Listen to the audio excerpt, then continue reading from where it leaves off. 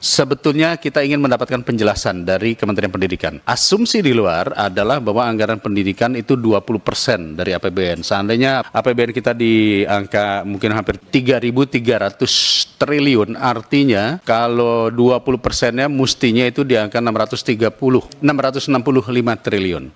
Nah, itulah yang kami juga selalu ditanyakan kemana saja anggaran pendidikan ini. Kenapa selama ini anggaran pendidikan yang turun di Kemendikbud itu hanya berkisar di 98 triliun. Ini pun baru naik belakangan. Kemarin baru 81 triliun. Untuk itu kami juga akan minta pemerintah menjelaskan kemana sih anggaran 660 sekian triliun itu, supaya masyarakat juga paham dan tahu apa fungsi daripada anggaran pendidikan, atau ada lagi namanya fungsi pendidikan, dan kemudian apa yang dilakukan Kementerian Pendidikan untuk meredam mahalnya biaya pendidikan. Untuk itu saya memberikan kesempatan kepada Mas Menteri untuk memberikan penjelasan seluas-luasnya. Waktu dan tempat kami persilakan.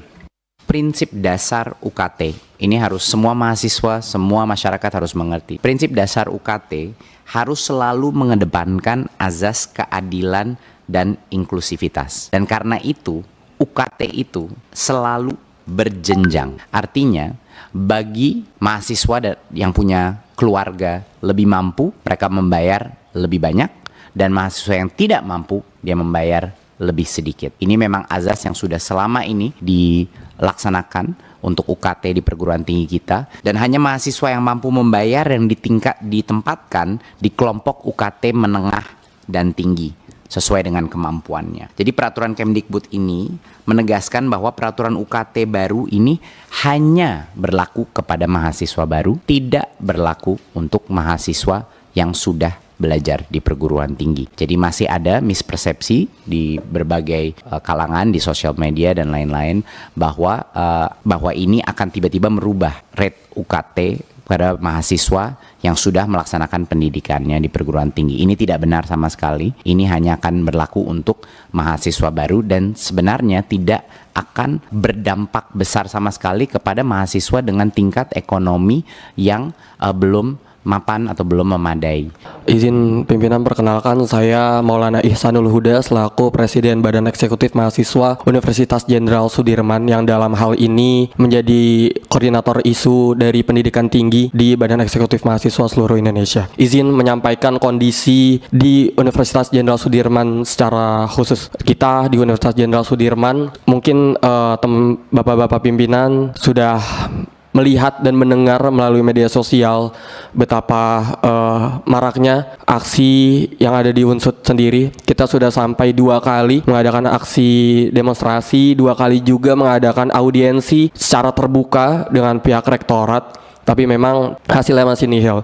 Dimana yang kita resahkan, UKT di Unsut ini naik melambung sangat jauh tinggi, naik bisa 300-500%. Contohlah di fakultas saya sendiri, saya dari Fakultas Peternakan, itu yang sebelumnya Rp2.500.000 sekarang naik menjadi 14 juta. Itu tingkatan paling tinggi. Bagaimana kita tidak marah dengan hasil seperti itu? Gitu. Akhirnya di tanggal 3 Mei kemarin itu kita audiensi terakhir dengan pihak rektorat. Sebelumnya peraturan rektor nomor 6 tahun 2024 sudah dicabut. Ini adalah peraturan yang mengatur tentang UKT ini, dicabut diganti dengan peraturan rektor nomor 9 tahun 2024. Tetapi digantinya pun menurut kami itu masih belum menjawab segala tuntutan kami. Contohlah balik lagi di fakultas saya, itu hanya turun untuk golongan terbesarnya. Untuk golongan terbesarnya hanya turun 81.000. Itu benar-benar menjadi keresahan kami. Dan ini bukan terjadi hanya di Unsut saja, Bapak.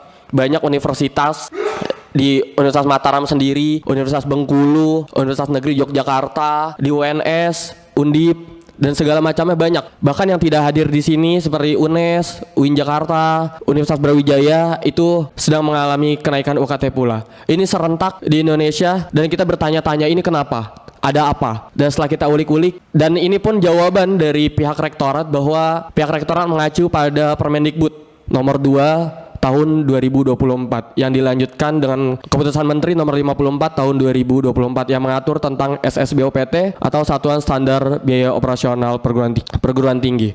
Yang terhormat pimpinan Komisi 10 DPR RI dan juga rekan-rekan seperjuangan seluruh teman-teman dari BEM seluruh Indonesia. Perkenalkan, nama saya Agung Luki Pradita selaku Presiden Mahasiswa dari Universitas 11 Maret Surakarta, Bapak. Yang dimana mungkin awalnya adalah prolog gitu, bahwasanya di dalam pembukaan Undang-Undang Dasar 1945 kita tahu bahwasanya salah satu tujuan bangsa ini adalah mencerdaskan kehidupan bangsa. Pun di dalam batang tubuh undang-undang gitu, bahwasanya fakir miskin dipelihara oleh negara. Namun rupanya hari ini poin-poin tersebut sangat nihil dan sangat berkebalikan. Bagaimana sekarang bahwasanya pendidikan adalah dijadikan suatu komersialisasi pendidikan seperti itu, di mana teman-teman yang kurang mampu sangat susah sekali untuk berkuliah seperti itu, Bapak. Dan mungkin di UNS sendiri, di Universitas 11 Maret Surakarta sebagai kampus kerakyatan pun hari ini mengalami penambahan golongan UKT dan juga IP naiknya berkali-kali lipat, yang dimana golongan UKT tahun sebelumnya 6 tahun ke belakang UNS tidak pernah naik UKT-nya, namun di tahun ini akibat adanya Undang-Undang Nomor 2 tahun 2024 itu dan juga Nomor 54 tahun 2024 adanya penambahan golongan UKT 9 di UNS itu sendiri. Bahkan IP atau dulunya disebut SPI, sekarang IP, iuran pengembangan institusi itu naik berkali-kali lipat, yang dimana bahwasanya sebelumnya Fakultas Kedokteran tahun sebelumnya adalah 25 juta, hari ini di tahun 2024 UNS IP-nya mencapai 200 juta, yang dimana naiknya 8 kali lipat lebih, Bapak. Teman-teman kebidanan,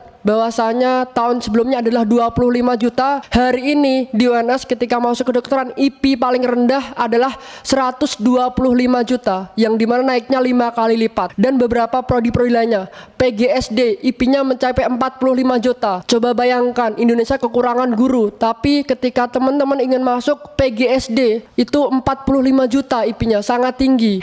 Bagaimana kesehatan, yang dua hal, kesehatan dan juga pendidikan yang seharusnya didapatkan sebagai hak dasar sebagai warga negara Indonesia, hari ini diperdagangkan semuanya.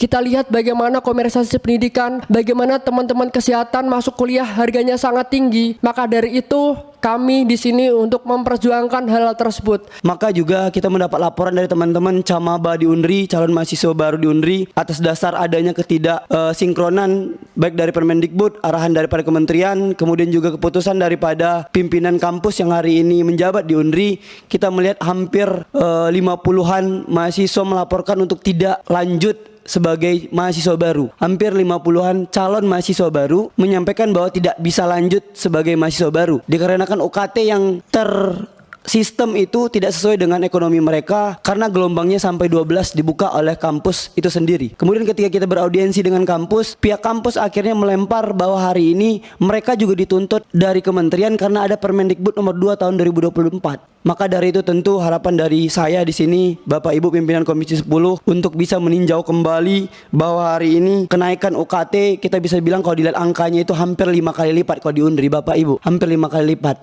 Mungkin narasi daripada pimpinan perguruan tinggi Unri tidak mengenai kami, saya yang mungkin dari angkatan 2020 sampai 2023, tetapi mengenai calon adik-adik kita, calon masa depan bangsa yang nantinya akan masuk di kampus-kampus yang hari ini kita punya di Indonesia. Ini disampaikan kepada kami oleh adik-adik mahasiswa bahwa contoh kasus ya, calon mahasiswa baru dengan gaji orang tua 2 juta itu dikenakan UKT 8 yang angkanya 8,7, dan mereka beranggapan bahwa ketika permen ini belum ada, UKT hanya sampai golongan 6, tapi setelah adanya Permendikbud UKT dibuka dengan golongan 12. Artinya ini kan penerjemahan dari pihak rektorat terhadap kebijakan yang baru. Inilah kualitasnya, maksud saya. Kita harus sama-sama menyadari inilah kualitas dari rektorat dalam menerjemahkan permen. Yang korbannya adalah adik-adik mahasiswa, bahkan di tempat ini mereka dilaporkan ke polisi. Meskipun kemudian dicabut lagi. Inilah yang harus kita sadari sama-sama. Dan kemudian mereka mengatakan bahwa ada 50 mahasiswa yang tidak bisa lanjut sebagai maba karena kasus ini. Jadi somewhere out there ada 50 mahasiswa yang tadinya mimpi untuk kuliah karena tidak paham. Ini saya nggak tahu nih mereka S berapa, ini bahasanya pakai bahasa apa gitu. Saya baca permennya saya aja paham gitu loh. Ya, ini kejadian seperti ini. Ini baru satu loh universitas. Tadi udah banyak dibaca sama teman-teman. Artinya apa yang mau saya sampaikan? Ya, ini nasib orang. Ini nasib keluarga. Ya, saya belajar banyak menjadi politisi di Dapil selama tahun ya. Ternyata kita juga banyak berkomunikasi dengan warga masyarakat, terutama mereka yang kalau tadi Pak Fahmi mengklasifikasikan 3, saya lebih sering ketemu yang nomor 3 yang tidak mampu itu.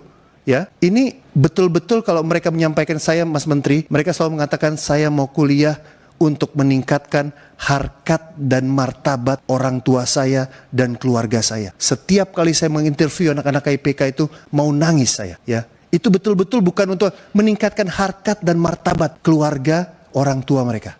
Jadi memang dalam kurun 2 minggu terakhir ini sangat ramai di mana-mana, termasuk juga kita lihat ada maraknya protes-protes terhadap kenaikan UKT, BKT ataupun IP yang lagi ramai. Bahkan kami di DPR juga telah menerima beberapa audiensi dari BEM-BEM, mahasiswa, lalu kemudian juga dari perguruan tinggi, sehingga akhirnya kami melihat isu ini tidak boleh dibiarkan begitu saja tanpa ada solusi yang konkret. Itu sebabnya kami berterima kasih kepada Kementerian Pendidikan untuk merespon, dan kami juga merespon dengan melakukan panja pembiayaan pendidikan. Sebetulnya kita ingin mendapatkan penjelasan dari Kementerian Pendidikan. Asumsi di luar adalah bahwa anggaran pendidikan itu 20% dari APBN. Seandainya APBN kita APBN kita di angka mungkin hampir 3.300 triliun, artinya kalau 20%-nya mestinya itu di angka 665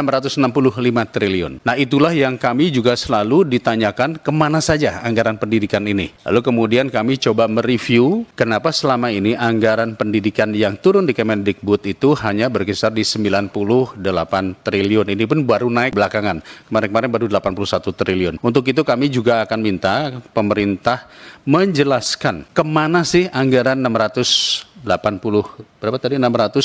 sekian triliun itu, supaya masyarakat juga paham dan tahu apa fungsi daripada anggaran pendidikan, atau ada lagi namanya fungsi pendidikan, dan kemudian apa yang dilakukan Kementerian Pendidikan untuk meredam mahalnya biaya pendidikan. Memang benar ada salah satu pejabat Kemendikbud yang mengatakan bahwa pendidikan tinggi itu bagian dari tersier. Sebetulnya kita juga ingin bertanya, masalahnya bukan soal sekunder atau tersier saja, tetapi masalahnya adalah apakah bonus demografi ke depan mau kita capai dengan kita hanya mengandalkan wajib belajar 12 tahun. Jadi kami minta tolong dikasih insight, visi misi, dan juga kemudian apa langkah-langkah yang akan dilakukan Kemendikbud.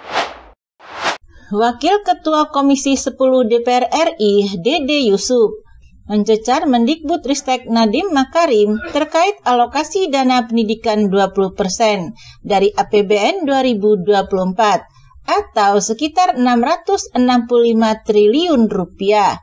Menurut politikus Demokrat itu, Nadiem perlu menjelaskan agar masyarakat tahu penggunaan anggaran triliun tersebut di tengah polemik uang kuliah tunggal atau UKT yang naik secara drastis. Untuk itu, kami juga akan meminta pemerintah menjelaskan kemana anggaran 665 triliun rupiah itu, supaya masyarakat juga paham dan tahu apa fungsi daripada anggaran pendidikan, atau ada lagi namanya fungsi pendidikan, dan kemudian apa yang dilakukan pendidikan atau kementerian untuk meredam mahalnya biaya pendidikan, kata Dede dalam rapat kerja Komisi 10 di Kompleks Parlemen Senayan, Jakarta pada Selasa 21 Mei 2024. Dede menuturkan, umumnya masyarakat berpikir bahwa anggaran pendidikan murni 20% dari APBN yang jumlahnya mencapai 3.300 triliun rupiah. Dengan demikian, anggaran pendidikan sebesar 665 triliun rupiah. Namun setelah direview, kata dia, ternyata hanya 98 triliun rupiah. Anggaran pendidikan yang dikelola oleh Kemendikbudristek. Kita ingin mendapat penjelasan dari Kementerian Pendidikan, asumsi di luar adalah anggaran pendidikan itu 20% dari APBN. Seandainya APBN kita di angka mungkin hampir 3.300 triliun rupiah, artinya kalau 20%-nya itu mestinya di angka 665 triliun rupiah. Itulah yang kami juga selalu tanyakan, kemana saja anggaran pendidikan ini, ujarnya. Lalu kemudian kami coba mereview kenapa selama ini anggaran pendidikan yang turun di Kemendikbud itu hanya berkisar 98 triliun rupiah. Ini pun baru naik belakangan.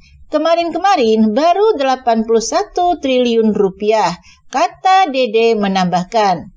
Sebelumnya, Dede Yusuf mengungkapkan pihaknya akan mendorong agar 50% anggaran pendidikan fokus dikelola oleh Kementerian Pendidikan, Kebudayaan, Riset, dan Teknologi atau Kemendikbudristek. Sebab, kata Dede Yusuf, dari 660,8 triliun rupiah anggaran pendidikan atau 20% dari APBN 2024, hanya sebanyak 97,7 triliun rupiah yang dialokasikan Kemendikbudristek. Harapan kita adalah kita akan mendorong mungkin tidak di pemerintahan sekarang, tapi di pemerintahan nanti agar alokasi anggaran pendidikan 20% paling tidak dikelola Kementerian Pendidikan itu 50%-nya atau sekitar 300 triliun rupiah. Disitulah kita bisa berbicara beasiswa, kita bisa bicara kebijakan UKT, bisa memberikan subsidi, dan lain-lain, kata Dede Yusuf beberapa waktu lalu. Menurut Dede, dengan anggaran 300 triliun rupiah, Kemendikbudristek memiliki keleluasaan untuk memberikan subsidi kepada institusi pendidikan termasuk perguruan tinggi. Saat ini, kata dia, alokasi anggaran untuk perguruan tinggi masih minim, sehingga sulit untuk membantu pembiayaan mahasiswa di ribuan perguruan tinggi.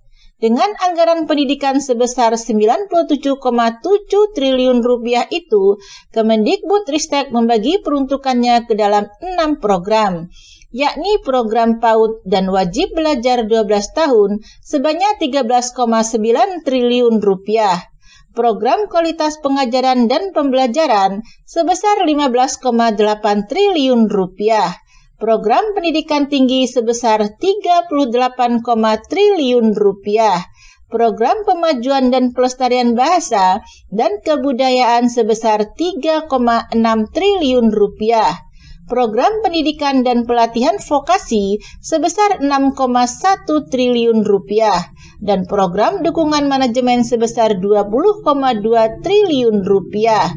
Dari 600 triliun rupiah yang dikelola Kemendikbudristek, hanya 90 triliun rupiah saat ini. Dari 90 triliun rupiah dibagi PAUD, pendidikan dasar, menengah, SMK, dan perguruan tinggi. Nah, perguruan tinggi hanya sekitar 38 triliun rupiah, dan itu pasti tidak akan mengcover ribuan kampus yang ada di Indonesia, kata Dede Yusuf. Dalih Menteri Nadiem soal kenaikan UKT kedepankan asas keadilan. Mendikbudristek Nadiem Makarim menjelaskan prinsip dasar uang kuliah tunggal atau UKT yang belakangan ini menjadi polemik karena mengalami kenaikan di sejumlah kampus. Perlu diketahui, Aliansi Badan Eksekutif Mahasiswa Seluruh Indonesia atau BEMSI mengadukan kenaikan uang kuliah tunggal atau UKT di beberapa universitas negeri ke Komisi 10 DPR RI. Mereka menganggap kenaikan UKT tidak masuk akal. UKT di Universitas Jenderal Sudirman ini naik melambung sangat jauh. Kenaikan bisa 300 sampai 500%, ujar perwakilan BEMSI dari Unsud, Maulana Ihsan Huda, dalam rapat dengan Komisi 10 DPR pada Kamis 16 Mei 2024. Ihsan mengatakan pihaknya sudah beberapa kali melakukan audensi dengan pihak rektorat, namun tidak ada hasil dari audensi itu. Menurut kami, hasil audensi masih belum menjawab segala tuntutan kami. Contohnya balik lagi di fakultas saya, itu untuk golongan terbesar hanya turun Rp81.000. Itu benar-benar menjadi keresahan, katanya. Hal yang sama juga disampaikan oleh Presiden Mahasiswa UNS Agung Luki Praditya. Dia mengatakan biaya kuliah di kampusnya melambung tinggi. Fakultas Kedokteran tahun sebelumnya 25 juta rupiah. Hari ini 2024 IP atau iuran pengembangan institusi hanya 200 juta rupiah. Naiknya 8 kali lipat lebih, kata Agung. Kebidanan tahun sebelumnya 25 juta rupiah. Hari ini di UNS ketika masuk kebidanan IP paling rendah adalah 125 juta rupiah, yang dimana naiknya 5 kali lipat. Tambahnya, mereka berharap Komisi 10 DPR bisa mendengarkan aspirasi mereka. Mereka ingin ada aturan yang jelas soal penetapan UKT. Di Permendikbud nomor 2 tahun 2024 pasal 7, PTN dapat menetapkan tarif UKT lebih dari besaran UKT pada setiap program studi diploma dan sarjana. Hari ini sangat dipertanyakan bagaimana penetapan UKT itu sendiri, katanya.